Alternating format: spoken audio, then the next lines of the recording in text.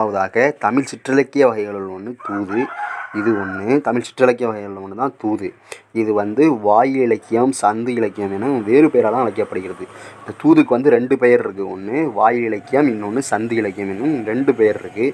இதுக்கப்புறம் இது தலைவன் தலைவியருள் கொண்ட மற்றொருவன்பால் அன்பை காட்டும் விதமாக அமைஞ்சிருக்கும். இது வந்து யார் மேலே காதல் கொண்ட பெண் ஒருத்தினா, மதுரை சொக்கநாதர் மீது காதல் கொண்ட பெண் ஒருத்தி தமிழையே தூது விடுவா. அதுதான் தமிழ் வீடு தூது அப்படின்னு சொல்லுவாங்க.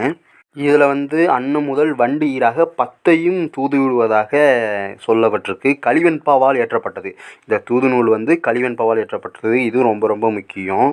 இதில் வந்து 268 கன்னிகள் கொண்டிருக்கு. இதில் வந்து 268 கன்னிகள் இருக்குது.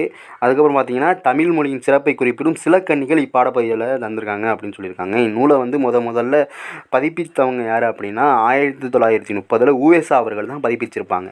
இந்த நூலோட ஆசிரியர்